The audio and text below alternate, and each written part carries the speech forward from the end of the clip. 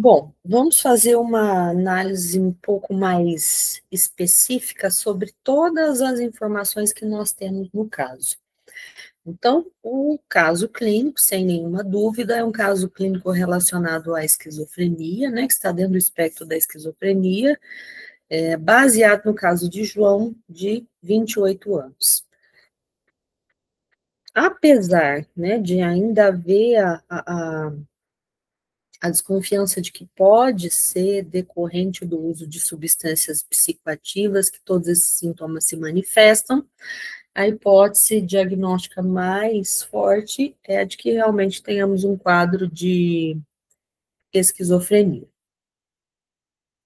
Bom, a identificação inicial que nós podemos trazer para esse indivíduo é essa. Então, temos um nome fictício, João. A idade do João é de 28 anos, sexo masculino, solteiro, a escolaridade, ensino médio incompleto, a profissão, desempregada há 2 anos, e o encaminhamento foi realizado pelo serviço de urgência psiquiátrica, então ele foi recebido no pronto atendimento de algum hospital psiquiátrico. A chegada dele é por intermédio da família, por iniciativa da família, quem traz é a polícia militar, em função do comportamento agressivo que o João manifesta naquele momento, quando ele pega a faca para tentar agredir o pai. Qual é a queixa central que nós temos? Então, a queixa principal, baseada no relato da família, diz respeito à condição de agressividade do João. Então, ele está muito agressivo, fala sozinho, diz que estão perseguindo ele, que tem gente querendo matá-lo. Então, essa é a fala da família, é isso que a família traz para o serviço de emergência psiquiátrica. Começou a quebrar as coisas em casa e ameaçou o pai com uma faca. Então, essa já é a queixa principal, com base no relato que a família traz. A história da doença. Então, da doença atual. Então, a história da doença atual começa há cerca de 3 anos. Quando? Primeiro, quando nós temos o isolamento progressivo, quando ele deixa de sair com os amigos e de participar de atividades com os familiares. Na sequência, há o abandono do trabalho, sem nenhum tipo de justificativa clara, e há a diminuição dos cuidados com a higiene pessoal. Então, ele passa a não ter mais nenhum interesse em tomar banho, fazer a barba, lavar o cabelo, trocar as roupas. Então, essas coisas deixam de se tornar uma prioridade para o João. Bom, qual é a história do João para os últimos 6 meses? Então, o que acontece nos últimos 6 meses de maneira geral? Fala sozinho com frequência, como se respondesse a vozes. Há relatos dele estar sendo vigiado, então ele traz essa informação de que ele está sendo vigiado. Diz que colocaram câmeras dentro da casa, suspende completamente as atividades produtivas, então não toma banho, não sai do quarto, não se relaciona com as pessoas, não faz atividade física, não trabalha, não estuda, não se alimenta de maneira adequada, não toma banho, não cuida de maneira geral das suas roupas e da sua higiene pessoal. Então, nós temos aqui a suspensão das atividades produtivas e o João passa a estar todo o tempo isolado no quarto. Passa grande parte do tempo trancado no quarto com as cortinas fechadas. Últimas 2 semanas. Então, o que acontece nas 2 últimas semanas? E nós podemos caracterizar as 2 últimas semanas como quadro agudo do João. É quando efetivamente o transtorno se transforma em algo impossível da família conviver. Acorda à noite, caminha pela casa em atitude de alerta. Então, tentando de alguma maneira prever, né, um hipotético ataque que ele sofreria por parte do vizinho. Verifica janelas e portas repetidamente, então ele fica compulsivo com isso. Refere ouvir vozes de homens que o xingam, ameaçam e dão ordens. Alega que a família quer envenená-lo, então para de comer a comida da mãe. Acredita que o vizinho é agente de uma organização secreta que quer sequestrá-lo e levá-lo para outro lugar. Começa a rasgar roupas, quebrar pratos, bater portas, gritar palavrões. Então, o comportamento começa a ser completamente disfuncional e prejudicial para a família e denota aí uma perda muito significativa do contato com a realidade concreta por parte do João. Dia da internação. Então, qual é a história, né, do processo de adoecimento mental no dia da internação? Então, nós estamos fazendo uma retrospectiva de como começou a doença mental do João, o que aconteceu nos últimos 3 anos, o que aconteceu nos últimos 6 meses, o que aconteceu nas últimas semanas, o que acontece no dia da internação. Então, esses aspectos são essenciais para a caracterização do quadro. A mãe oferece comida, João recusa dizendo que está envenenada. O pai questiona a ideia. João pega uma faca e ameaça o pai. Eu sei que você está com eles. Não vou deixar vocês me matarem primeiro. Então, esse é a fala dele. Família aciona o SAMU e a polícia. Ele resiste à abordagem, empurra o policial, tenta fugir, é contido fisicamente e levado ao pronto atendimento para providências. Antecedentes pessoais e familiares, esses aspectos também são importantes. Uso de álcool desde a adolescência, consumo de maconha para fins, consumo do álcool para fins recreativos, uso de maconha desde os 18 anos, com período de uso quase diário. Família nega, mas não descarta o uso de outras drogas.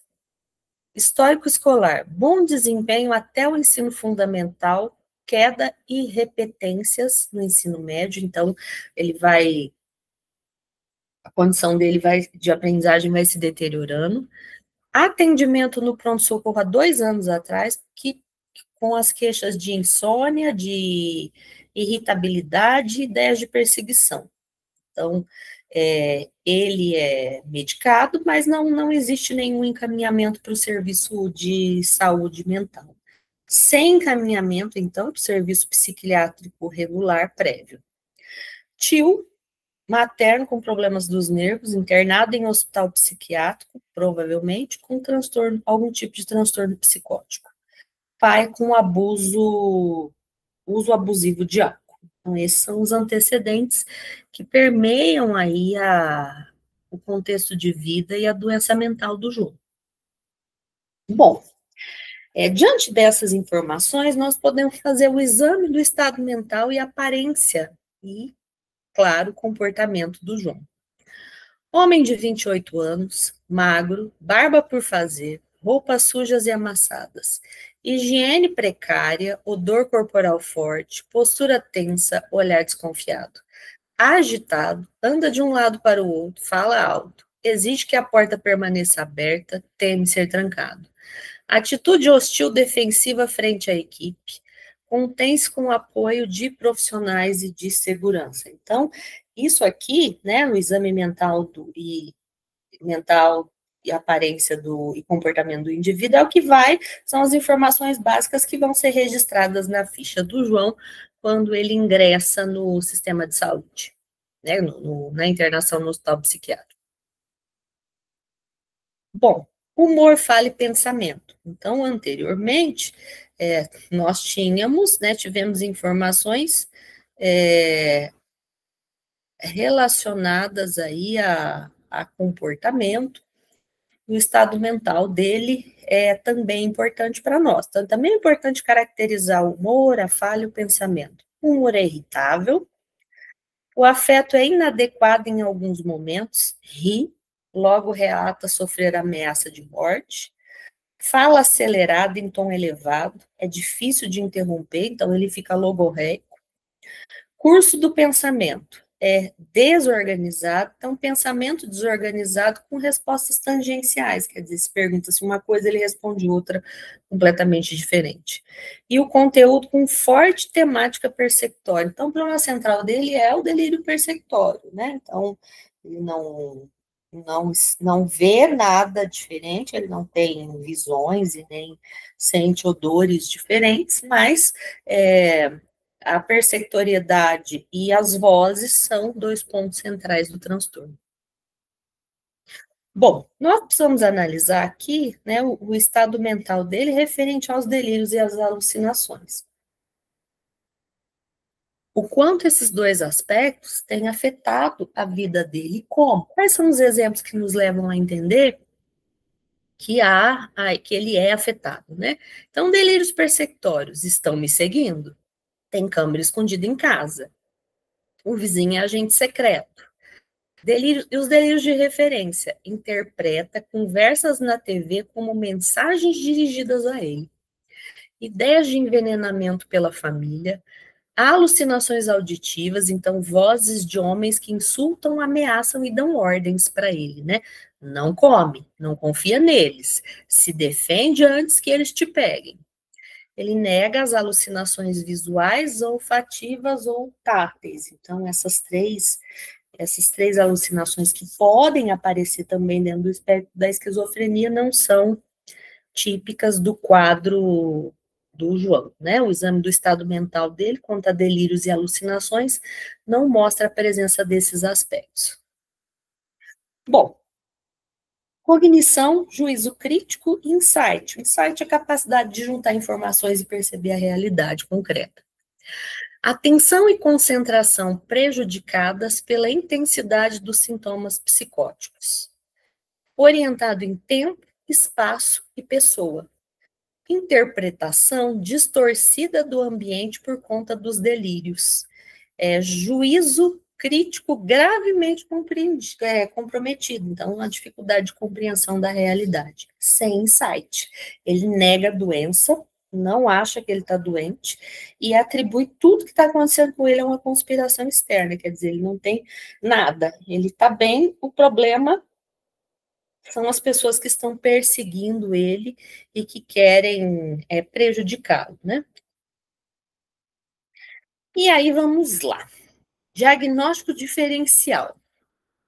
Então, no diagnóstico diferencial, o que nós podemos trazer? Esquizofrenia, provavelmente com subtipo paranoide, início insidioso, delírios e alucinações proeminentes, comprometimento social, ocupacional e de autocuidado, transtorno psicótico induzido por substâncias. Então, nós temos a necessidade de fazer a investigação da relação temporal com a maconha e o álcool. Transtorno esquizoafetivo, então, avaliar a presença de episódios de humor importantes e sustentados. Transtorno delirante, menos provável, né? Então, aquela hipótese inicial que se tinha lá de que talvez houvesse, né, um transtorno induzido pelo uso de substâncias psicoativas, também vai cair por terra. Presença de alucinações e prejuízo global tornam essa hipótese menos provável. E o manejo, né? Que, só voltando um pouquinho, quando nós falamos aqui do diagnóstico diferencial, quais são os quadros quais são com base nas hipóteses iniciais, né, quais são os quadros mais prováveis? Então, esquizofrenia é um transtorno psicótico induzido por substância, um transtorno esquizoafetivo, um transtorno delirante. Então, o que nós temos de indícios, né, de maneira geral, que nos levam a nós, né, na condição de profissionais de saúde mental, nos levaria a tomar a decisão por um desses transtornos, né, e excluir os outros, pelo menos parcialmente. Então, aqui nós temos uma quantidade de indícios muito mais significativos para a ocorrência da esquizofrenia. Isso significa que não vai se descobrir mais nada lá na frente? Não, tá? Significa que neste momento o estado atual do indivíduo aponta para. E o manejo? Diante disso tudo, como lidar? com esse rapaz, né? Como tratar aí a questão do ambiente e da segurança. Então, priorizar a segurança do paciente, da equipe da família, então ele precisa ficar internado, né? E atualmente, no início, contido, para não gerar também complicações para a equipe. O uso de contenção verbal, então a abordagem precisa ser calma e ele não pode ser confrontado diretamente em relação ao seu delírio, porque ele não aceita que ele está delirante. Então não adianta você dizer para ele, olha, ninguém está te perseguindo, né? Isso vai gerar uma persecutoriedade ainda maior para ele, porque ele vai entender que você também está perseguindo. Então, ambiente com menos estímulos, evitando o aumento da agitação. Então, como ele já está excessivamente agitado, o ambiente precisa ser um ambiente mais calmo. Se houver um risco iminente para as pessoas que estão com ele, né, considerar, então, a contenção física temporária. É preciso que tudo seja feito dentro de protocolos e com registro adequado, né? Os sintomas, as técnicas, a medicação, tudo que vem sendo feito para garantir o bem-estar, o cuidado e a recuperação do João. A avaliação clínica e medicação. Bom, exame físico geral e de sinais vitais, então precisa fazer os exames físicos gerais, né? Um toxicológico, exames gerais físicos, verificação dos sinais vitais dele, para saber como é que ele está de maneira geral. Uma investigação sistemática de uso recorrente de substâncias, então, nesse caso, a família também vai conseguir dar informações mais precisas, às vezes não o pai, mas irmãos, amigos, então, há outras pessoas aí que talvez tenham um domínio maior das informações relacionadas ao uso de substâncias psicoativas. Os exames laboratoriais básicos, para rastrear qualquer tipo de condição associada, a gente sabe que tem problemas gerais de saúde, né, inclusive carências vitamínicas que levam a determinados sintomas. Então, verificação do que pode ter aí de condições clínicas associadas. A introdução de um antipsicótico, né, um típico ou um atípico, seguindo os protocolos do serviço que foram delimitados pela equipe de saúde. Uso eventual de medicação sedativa nessa fase aguda e inicial, para, de alguma maneira, tentar conter essa agitação intensa. Então, o manejo dessa agitação intensa pode demandar uma medicação sedativa inicialmente. Bom, essa relação da internação com a família, né? Como isso fica? Critérios para internação psiquiátrica. Tem que ser esclarecido para a família que existe agressividade, que existe risco de agressão às outras pessoas e agressão também à autoagressão. Então, há uma necessidade da internação nesse momento por conta disso. Ele não tem consciência de que está doente, que existe aí uma doença mental, ele recusa o tratamento, então a família não vai conseguir realizar esse tratamento em casa nesse momento, nessa fase aguda. É preciso avaliar a modalidade da internação, então, verificar qual é a legislação local, quais são os critérios que precisam ser atendidos para que ele possa ser internado. Então, vamos fazer uma internação voluntária? Parece que não, porque ele não quer, né? Ele acha que não está doente. Então, possivelmente, vai ser necessário cumprir os protocolos legais, né, do Ministério Público, do Sistema de Justiça, para poder fazer uma internação involuntária. A família vai precisar ser acompanhada e orientada, porque é difícil para a família entender isso, sobretudo para os pais, aceitar, compreender, entender a condição do filho, explicar o transtorno, então, qual é o transtorno que o indivíduo está manifestando nesse momento. Então, a família precisa ser orientada, precisa explicar as características do transtorno para a família, precisa explicar a importância da adesão ao tratamento para a família, para que a família também tome consciência do seu papel ao longo da internação, mas fundamentalmente, né, quando ele estiver apto para poder retornar ao convívio social. Existe também uma necessidade fundamental de evitar a culpabilização. Por que isso ocorre? A culpabilização é muito comum no contexto familiar, principalmente em relação aos pais, né, que vão sempre se questionar onde é que eles erraram, por que é que o meu filho chegou a essa condição. Então, explicar aos pais que essa é uma condição que se manifestaria provavelmente independente do que a família vem ou não fazendo para evitar esse contexto. Então, a família se sentir culpada não vai ajudar em nada. A família precisa se sentir bem para que eles estejam bem para recebê-lo posteriormente em casa e ajudá-lo. Enfatizar que o comportamento agressivo está ligado à vivência delirante. Então, nós não podemos fazer uma associação entre violência e esquizofrenia. Então, a violência não é um traço da esquizofrenia, mas a perceptoriedade, por exemplo, pode levar o indivíduo a ficar excessivamente agitado e agressivo naquele momento. Tá bem? Então, a vivência delirante pode levar ao comportamento agressivo, mas a agressividade não é algo típico da esquizofrenia. Isso é um fator importantíssimo que nós vamos levar em conta. E a família precisa ser orientada em relação a isso, senão fica sempre a ideia de que aquela pessoa é uma pessoa violenta. E aí? Evolução do João. O João já está internado há 2 semanas, tem 15 dias que ele está internado. Como é que o João está? Redução significativa da agitação, permanece desconfiado, então não está 100% seguro de que não está sendo perseguido. Ele relata que tem uma diminuição da intensidade das vozes, então ele está ouvindo menos vozes. Admite que exagerou um pouco, então ele está um pouco crítico, apesar de ainda não aceitar que está doente. Então, ele ainda acha que tem alguma coisa estranha com o vizinho.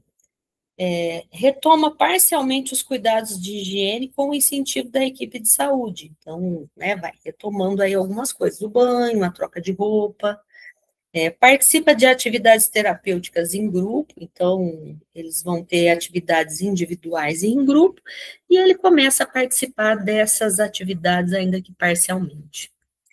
Bom, como planejar na sequência o tratamento do João? A alta dele não pode acontecer repentinamente, então ela precisa ser articulada com o CAPS ou com o serviço substituto que houver na cidade, né? Então, um ambulatório de saúde mental, por exemplo. Ele vai ter que ter acompanhamento ambulatorial regular, então ele vai precisar ir ao CAPS ou ao ambulatório de tempos em tempos para o acompanhamento, participar das atividades que são oferecidas lá. Trabalho de reinserção social. Então, ele precisa inicialmente retomar o contato com a família, para depois retomar o contato com a comunidade, depois pensar em outras coisas, como é o caso do estudo ou do trabalho. A família vai ter que ser psicoeducada, né, orientada e psicoeducada sobre como realizar o manejo dele no contexto familiar quando ele voltar para o convívio familiar.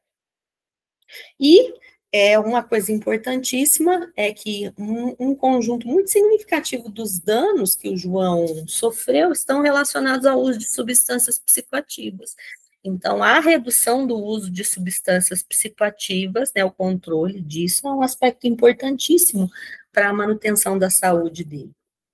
E é preciso construir, junto com o CAPS ou com o ambulatório, um projeto terapêutico específico para o João, singular, que atenda às necessidades, às demandas específicas dele, né? Porque cada indivíduo é único e, às vezes, a característica X em uma pessoa se manifesta de uma forma, em outra pessoa de outra forma. Então, os planos de tratamento, de manejo, eles precisam ser individualizados para que eles realmente surtam o efeito esperado. Bom, nós temos algumas perguntas para discussão em relação ao diagnóstico. Quais critérios de esquizofrenia aparecem claramente neste caso? Então, temos vários, né?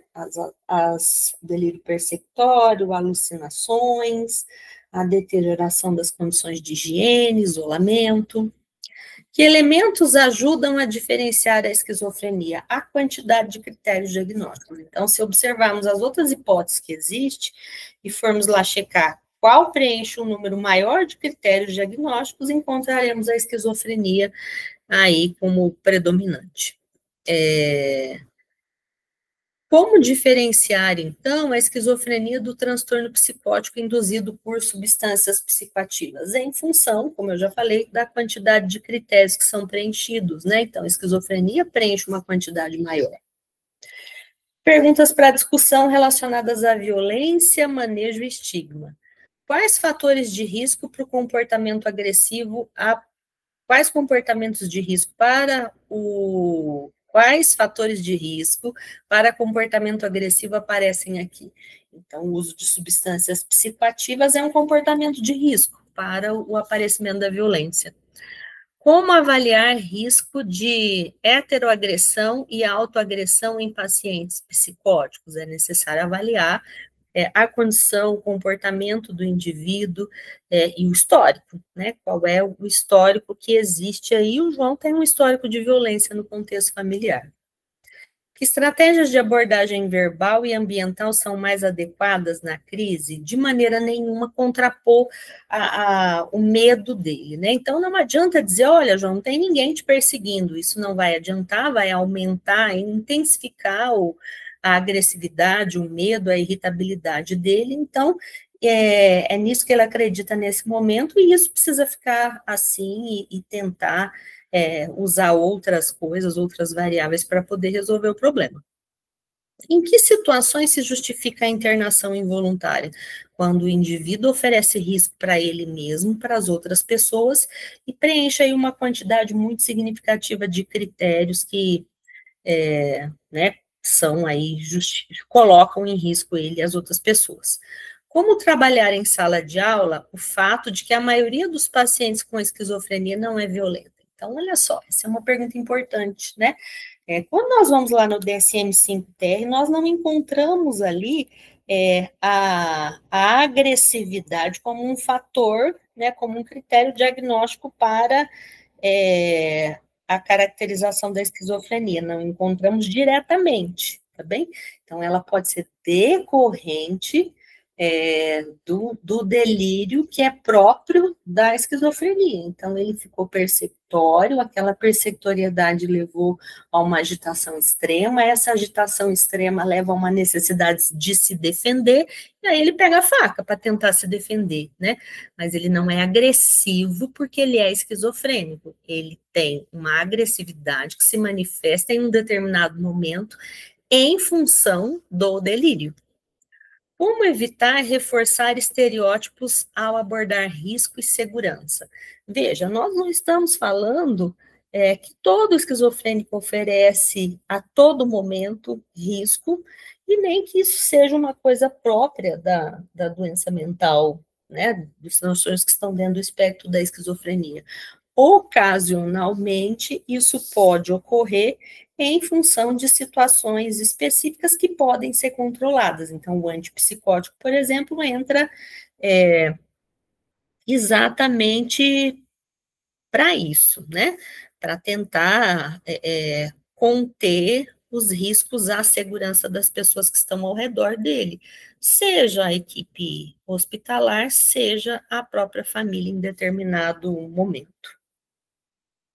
Quais elementos compõem um plano de cuidado contínuo para João? Então, recuperar, em primeiro lugar, alguns aspectos da vida cotidiana. Então, quando ele começa a participar das atividades em grupo, das atividades terapêuticas em grupo, estamos, de alguma maneira, controlando a questão do isolamento, né? O banho, o cortar o cabelo, fazer a barba, escovar os dentes, passar desodorante, então, tudo, trocar de roupa, tudo isso traz aí, são parte do plano de cuidado em relação à saúde do João.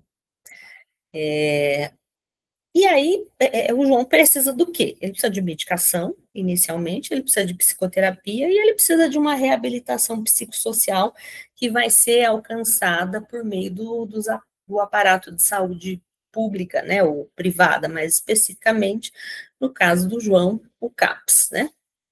Ele vai precisar de suporte familiar, porque vai ter momentos em que ele não vai querer tomar o remédio. Precisa da redução de danos, então nada de maconha e álcool.